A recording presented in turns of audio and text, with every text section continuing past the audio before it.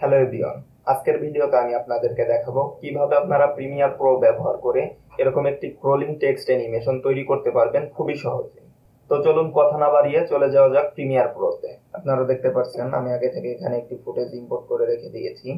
তো সর্বপ্রথম আমাদের এখানে একটি সিকোয়েন্স তৈরি করে নিতে হবে। সিকোয়েন্স তৈরি করার জন্য আমি প্রজেক্ট প্যানেলে এসে মাউসের লেফট বাটন ক্লিক করে চলে যাচ্ছি নিউ আইটেমে। নিউ আইটেম থেকে সিকোয়েন্স।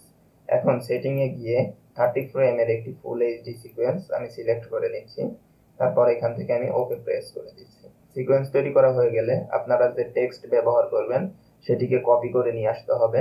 তো আমি আপনাদেরকে দেখানোর জন্য গুগল ক্রোম থেকে কিছু টেক্সট কপি করে নিয়ে আসছি। তো এখান থেকে আমি সিলেক্ট করে কন্ট্রোল+সি দিয়ে কপি করে নিচ্ছি। তারপর আবারও চলে যাচ্ছি প্রিমিয়ার প্রোতে। তারপর আমার যে ভিডিও আমি এখানে ইম্পোর্ট করে রেখেছি সেটিকে ধরে ড্র্যাগ করে টাইম লাইনে এনে ছেড়ে দিচ্ছি। ফুটেজ টাইম লাইনে আনা হয়ে গেলে আপনারা টুলবার থেকে টেক্সট টুল সিলেক্ট করে নেবেন। তারপর প্রোগ্রাম মনিটরে এসে যে কোনো একটি জায়গায় ক্লিক করে দিবেন। ক্লিক করা হয়ে গেলে কন্ট্রোল+ভি দিয়ে আপনারা যে টেক্সট কপি করে এনেছিলেন সেটিকে পেস্ট করে দিবেন।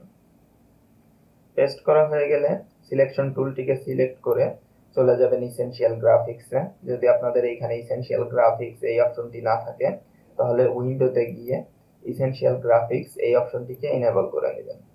তারপর ইসেনশিয়াল গ্রাফিক্সে এসে আপনারা যদি একটু নিচের দিকে যান তাহলে এখানে দেখতে পাবেন ব্যাকগ্রাউন্ড নামে একটি অপশন আছে। এটিকে আপনারা অন করে নেবেন।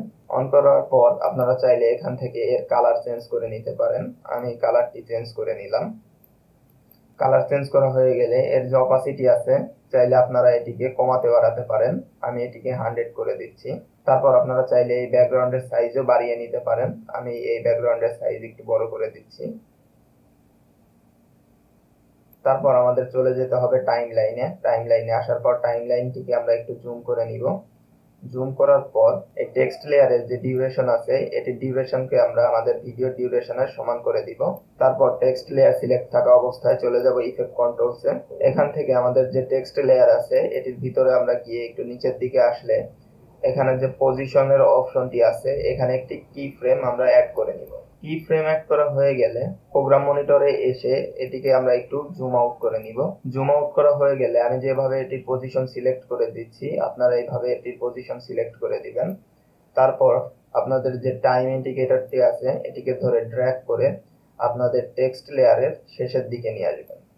শেষের দিকে নিয়ে আসার পর আবারও প্রোগ্রাম মনিটরে এসে আপনাদের যে টেক্সট লেয়ার আছে এটিকে ধরে ড্র্যাগ করে ডান দিক থেকে বাম দিকে নিয়ে আসবেন। মনে রাখবেন আপনারা যখন এই টেক্সট লেয়ারটিকে ড্র্যাগ করবেন তখন আপনারা আপনাদের কিবোর্ড থেকে শিফট প্রেস করে রাখবেন, তারপরে ড্র্যাগ করবেন।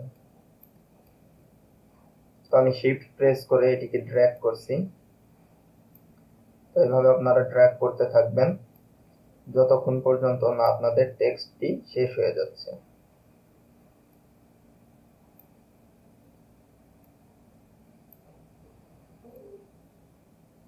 তো এটির পজিশন চেঞ্জ করা হয়ে গেলে আমরা যদি টাইম লাইনের প্রথমে এসে এটিকে প্লে করি তাহলে আপনারা দেখতে পাচ্ছেন আমাদের এখানে স্ক্রোলিং অ্যানিমেশন ঠিকই তৈরি হয়েছে, কিন্তু এর যে স্পিড সেটি অনেক বেশি হয়ে গেছে। তো এর স্পিড কমানোর জন্য আমাদের টাইম লাইনে এসে টেক্সট লেয়ারটিকে সিলেক্ট করে এর ডিউরেশনটিকে একটু বাড়িয়ে দিতে হবে।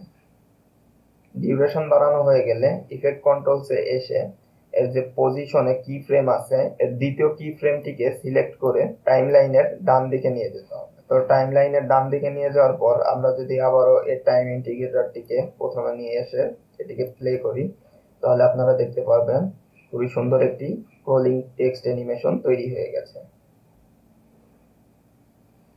আশা করি সকলেই বুঝতে পেরেছেন কিভাবে স্ক্রোলিং টেক্সট অ্যানিমেশন তৈরি করতে হবে।